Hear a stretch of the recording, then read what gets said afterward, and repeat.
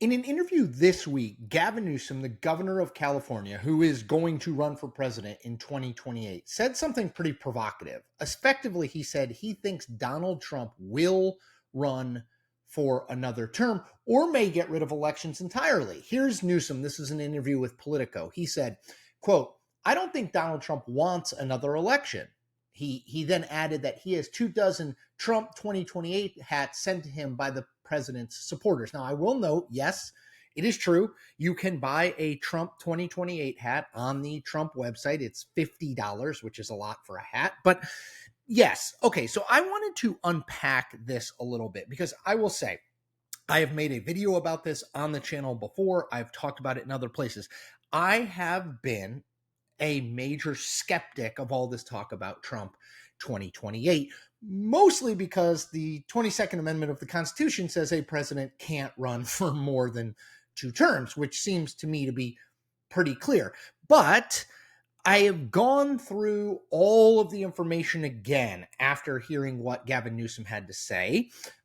Do I think Gavin Newsom believes this? I honestly don't know. It's useful, I think, as a talking point to get the Democratic base ginned up about the prospect and how Democrats have to prepare for another Trump candidacy. So I don't know how much he believes it, but it did get me to kind of go back in to go look at what everything Donald Trump has said in the past recently about 2028, what polling there is out there about 2028. And so I want to go through it all because I want to be as honest and apparent and transparent as I can be about this. I don't know if I am wrong about the Donald Trump will never run for president again. I think I have to at least open the door to that possibility, even though I still think the hurdles are extremely high, and I will go through them. Before I do that, I want to do something special today. So I have gotten a lot of asks and requests over the last 6 months to sponsor something on my channel. The more followers you get, the more requests you get like that. And I've been really, really selective about it because I don't want to just do anything. You know, I want to do things that are consistent with who I am, right? I always talk about this, being independent and authentic. I always want to be that person, and that goes to the kinds of products I'm willing to say, yes, I support. So I've been really wary of doing it, but this is my first product endorsement, and I'm doing it because I've done a lot of research on this, and I really believe in this product. The product is Ground News. You can check it out at ground.news. We'll get more into that in a minute. But here's what I like about Ground News. What Ground News does is it not only aggregates coverage across a wide variety of subjects, including politics, which I use the most, but it also does something really special, which is it gives you a rating on how conservative, liberal, or neutral the coverage is. Okay, so I use it literally every single day. No joke. It's on my my bookmarks in my monitor. I use it every day. Let me just tell you the 3 things that I use every day in Ground News. Okay. Number 1, again, as I said, aggregate the big news stories of the day. Number 2, they have a bias rating that tells me and you how the story is being covered, and also gives me the option of reading coverage from the left of a story, coverage from the center of a story, and coverage from the right of a story, which I think is really useful. I always preach to people, you gotta know all aspects of the story. The last thing that I use every day is they have a thing called the blind spot. And what that is a story that's really big on the right that people on the left and the center aren't talking about, and a story that's really big on the left that people on the right and the center may not be talking about, which again, for me, I'm always out there looking for stories that other people aren't covering. I cannot recommend it enough. And thanks to the good people at Ground News, you get a discount if you subscribe to their Vantage package, their Vantage subscription. So if you go to ground.news/Chris C, the letter C, my last name, ground.news/Chris C, you'll get 40% off their Vantage plan. It allows you to customize a news dashboard. It also allows you to see lots of news out there. And I think most importantly, to see what you're missing. So that is ground.news YouTube.com/Chris C. Check it out. Again, I don't endorse things. This is the first thing I've done because I believe in it. All right. Let's get back to Donald Trump, Gavin Newsom, and 2028. So just to remind you, Gavin Newsom in an interview on Wednesday said, quote, "I don't think Donald Trump wants another election." And he talked about how people send him Trump 2028 hats all the time. I wanted to go through what Donald Trump has said, because he does get asked about this sometimes. And I will note he never rules it out, which, I've always thought, and I think I continue to think, that that's just Trump deal maker, never wanting to rule anything out, but he never rules it out. So in March, in an interview with Kristen Welker, the host of Meet the Press, Trump said this about a third term.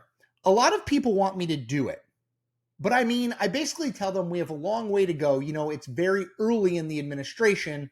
I'm focused on the current." Now,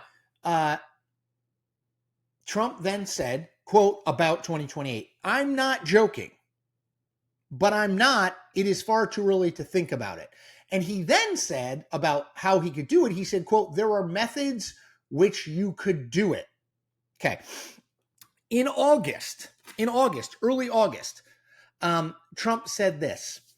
First of all, he said he would probably not run. That's his quote, probably not. But then he said this: "I'd like to run. I have the best poll numbers I've ever had. I have the best poll numbers I've ever had." Now, I will note, his poll numbers, broadly speaking, are not great. There was an AP poll that came out earlier this week that I noted his approval rating was at 45%, which is the highest ever measured in AP polling in his first or his second term. So, there is a poll that shows he has the highest polling numbers he's ever had. I wouldn't say that's true more broadly. What do people think about it? So this liberal group called Data for Progress that does polling, my friend Dave Weigel at Semaphore reported on this. So they asked people, do you think Donald Trump will run in 2028? And then do you think he should run? 50% of the public, so a majority, think Trump will run in 2028. 27%, more than 1 in 4, think he should run. Now, here is the most amazing number. They broke these numbers down by Democrats, independents, and Republicans. Among Republicans, 53% of Republicans think Donald Trump should run in 2028. A majority of Republicans think Donald Trump should run in 2028. These are new numbers. They've come out in August. All right. So, can Donald Trump run in 2028? It seems to me the answer based on the Constitution is no. The 22nd Amendment seems pretty clear. You can only run for 2 terms, consecutive or non-consecutive. You can only serve as president for 2 4-year terms. Okay. So what are Donald Trump's options to get around that if he wants to? So the 2 that are talked about the most, and I think are less likely actually, and I'll get to the third one after that. The first is he could try to repeal the 22nd Amendment. Now, repealing constitutional amendments, changing the Constitution, ain't easy for good reason. You don't want it to be easy. He would need 2/3 votes in the House and the Senate to do this. That is not going to happen. But let's say he did it. He would need 3/4 of state legislatures in the country to approve of it. And that's not going to happen. Republicans don't control 75% of the state legislatures in the country, and they also don't control 2/3 of the votes in the House. They have majorities, but very narrow ones. So to me, the repealing of the 22nd Amendment is not going to happen. Option 2, and this is the one that people talk about the most, which is Trump could run for VP and have, let's say, J.D. Vance run for president, under an understanding that if Vance got elected, he would resign and Trump would become president. Now, again, I think that's more of a thing you cook up in sort of like a late night political BS session than something that would really happen. It would require J.D. Vance to basically be like, okay, well, I don't really want to be president. I'll just let Donald Trump be president, which seems unlikely to me. But I guess plausible and might get you around the 22nd Amendment. All right, the third one, this is one that my friend Jonathan V. Last at the Bulwark is sort of the biggest advocate of it, and probably the one that's most plausible, which is Trump just kind of starts running for a third term.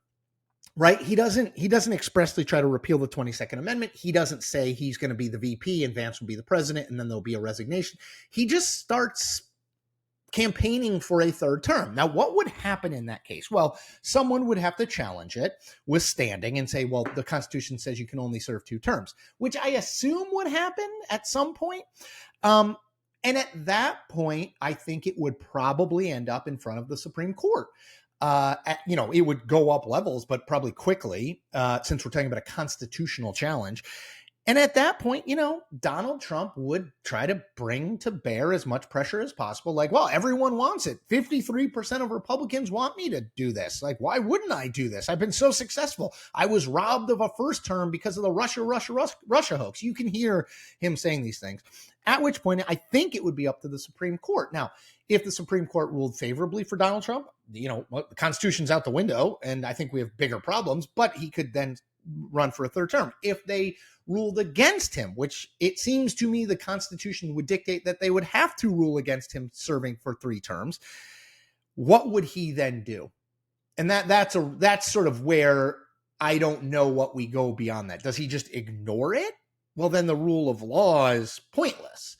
I guess I'm still not entirely on board with, he's definitely doing this. At the same time, my review of what he said, the fact that you're probably going to have a majority of Republicans who want him to run again, the fact that Trump, has made clear, again, as recently as August, he said, quote, "I'd like to run. I have the best poll numbers I've ever had." He said he probably wouldn't run, which is not closing the door. You add all those things up, and I think he will at least consider it. I think he will dig into his options. I still think the Constitution makes it close to impossible for him to do it unless he does the VP swap thing with Vance or someone else, which I think is unlikely. But I'm much more open to the possibility today than I was 3 or 4 or 5 months ago. I think you have to be based on what he's said and how he's acted. All right, so that's it for me today. I ask you to do a couple things. One, subscribe to this channel. We have 117,000 subscribers. I'd like to think that's because I am independent and authentic. I am telling you what I think. I am not doing fan service, and I'm independent from legacy media. I'm independent from the 2 political parties. I also hope you like and comment on this video in particular, not only to build our community here on YouTube, but also to grow it. If you do like and comment, it tends to get my stuff out via the algorithm to people who aren't subscribers. Last thing I hope you do, I hope you tell someone at your happy hour or your Bible study or when you're in the grocery store or wherever, hey, this guy's trying to do it the right way, trying to be independent and authentic. And I think I should support him. So hit that subscribe button. All right, everyone, take care.